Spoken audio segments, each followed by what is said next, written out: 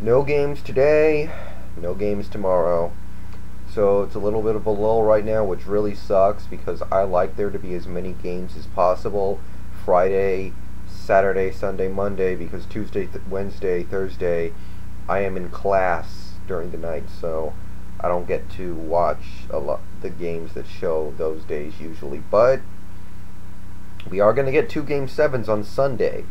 So the Magic Celtics game is like 48 hours away at this point. The Laker Rockets game is going to be like 43 hours away more or less. So it's going to be a little bit of a wait, but let's just go ahead and talk about it right now because there really isn't anything we're waiting for in terms of information. We know what we need to know. And yes, I am doing some stuff with my hair. I've had it cut like twice in the last couple days. I'm trying to get it to look how I want it to, and it's kind of hard. Anyway, Rockets Lakers ABC 3:30 p.m. Eastern time. That's 12:30 my time. So it's going to be an early one, and I don't know what to say specifically about this game. Obviously, the Lakers are going to be favored. I fully expect the Lakers to win. I think most people expect the Lakers to win probably handily in this Game 7. I mean, when you think about it, last year Boston, the eventual champions, did go to 7 games against a very mediocre to sub-mediocre Atlanta team. So I'm not going to call out the Lakers for pushing this series to 7 as long as they win. If they win tomorrow, I could easily say so many bad things about how they didn't finish this series off a long time ago, but if they win this series, then that's really all that matters until they get eliminated. Then we can talk about how they should have finished off the Rockets sooner. But after what I saw last year in a team like Boston, I'm not going to just go, oh, well, they're pushing the series to 7 when they should be finishing it in 5, so that's not good. Sometimes it just doesn't matter. So Rockets are the underdogs, but they have won 3 games in this series. Key for them, Aaron Brooks needs to go off again. So basically, they have to hope the Lakers are stupid enough to play Derek Fisher big minutes. If Jordan Farmar starts, there's a good chance Aaron Brooks can be contained. And if Aaron Brooks gets contained and he and Farmar play each other pretty well, then it's a little more difficult for Houston. It's actually might be impossible because Brooks has really played well in Houston's wins this series. Second key, Ron Artest needs to stop taking shots. It's going to kill them eventually. They've been able to get away with it a couple times this series where Ron Artest just jacks up bad shot after bad shot, but they win anyway. Second key, do not let Lamar Odom kill them. Lamar Odom, like in yesterday's game, he only had 8 points. He was playing well. He was getting rebounds and all that, but they cannot let Lamar Odom just score a whole bunch on him. That's one thing they really have to be careful about. I mean, so far this series, he only had one good scoring game. That was Game 3, where he scored 16. In every other game, he scored 10 or less, so they got to keep it that way. He's going to grab rebounds. I don't doubt that. He's a very, very good rebounder. Yesterday, he had 14. Earlier in this series, he had 11 and 13. Can't let him score that much. So I fully expect the Lakers to win, though. I think Kobe's going to have another good game. He's had a real nice series for the most part. I think Gasol is going to pull down a 20-10. It's Game 7. I mean, I know Gasol doesn't like to bang bodies down low, but he is taller than these Houston Rocket players. So is Bynum, so is Odom. So they got to get down there, and even if they don't like to rub elbows with people and bump into people and play rough, that's what they got to do. So I'm going to say the Lakers win by like 15. I think it's going to be a little close, but it's not going to. There's not going to be any question at the end of the day that the Lakers are the better team. But Houston's really surprised me so far, so you never know, I guess. Other game, Magic Celtics TNT, 5 o'clock Pacific, meaning 8 p.m. Eastern. So this series has been less than entertaining. Some of the games have been close. We've had some good finishes. But I think both teams are underachieving somewhat, especially the Magic. So, the Magic are missing Jameer Nelson. The Celtics are missing Kevin Garnett.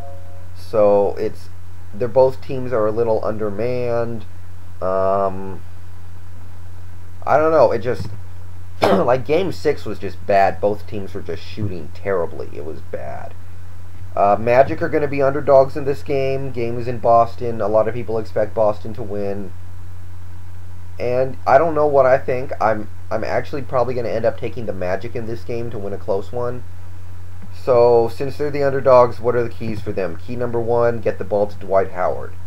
Dwight Howard's not really the kind of player who has a bad shooting game. Dwight Howard, his offensive game is limited. That's totally true.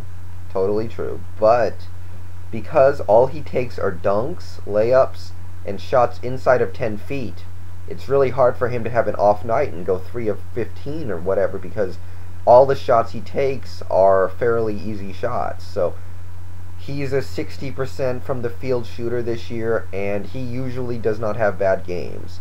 So you can talk about his limited offensive game all you want, but if you get the ball to him, good things are going to happen. If you get him touches offensively and get him shots offensively, he's probably not going to disappoint you in terms of end-of-day production.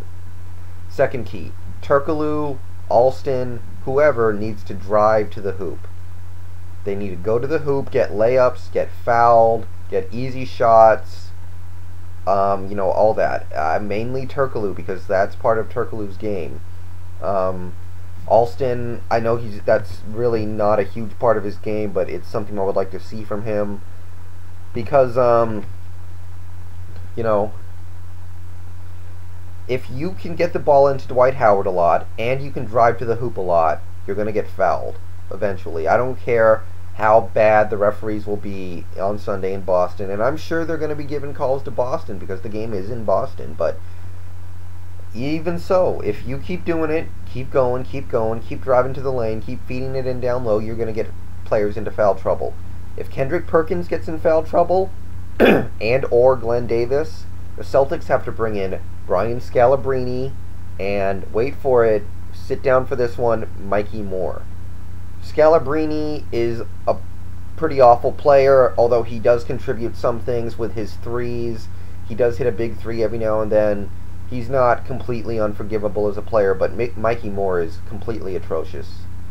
So if you can get those guys out on the court and force them to sit down Perkins and Davis, that's how you're going to win this game. If you can get Scalabrine and Moore out on the court, I think the Magic will definitely win this game if they can handle that. I mean, if you get Pierce, Allen, or Rondo in foul trouble, yeah, they don't like it, but they can bring out Eddie House, and Eddie House is a pretty good player, so they can live with that. But if you get the bigs in foul trouble, they're in serious danger. And the third key is, well, somebody has to hit some threes. I don't care who it is. If it's Lewis, it's Lewis. They gave Lewis a ton of money. They overpaid him like nobody's business because they thought that when they needed it, he could take the Magic to the next level by scoring 25 to 30 points a game when they really needed it, and take the Magic to that elite level. And he hasn't done that yet. He's scoring his 20 a game, but he needs to up it. He needs to push it to the limit. He needs to hit his threes on Sunday. Well, really, I don't care. He just needs to score his points. He needs to be like 25 or 30 points, something like that. Turkoglu really has been up and down this series and this postseason, but he needs to come to play. Redick is supposed to be a three machine. He needs to hit some. Even Alston, I don't really like it when he takes threes, but he's gonna, so at least make them, please. Petrus, whoever, somebody needs to wake up and hit their threes, because this Magic team needs to shoot threes well, and right now they're just not. And really, that's something Boston needs to think about as well. I mean, Ray Allen has been pretty bad this whole series. I don't think he's had a good game all series, except for like Game 2, which was meaningless because Boston blew out Orlando. And he's going to get an extra day of rest. The extra day of rest will benefit the Celtics more than the Magic, but it benefits both sides. It gives Ray Allen a chance to maybe rest his legs, maybe have something of a jump shot in Sunday's game. So that's going to be huge. Boston's not shooting threes well either, and they kind of need to. So maybe it'll be Ray and Pierce hitting their threes. Somebody on the Magic. I don't know, but I think I'm going to take the Magic in this one, in a close one, and that's how they can do it. So I'm done. See ya.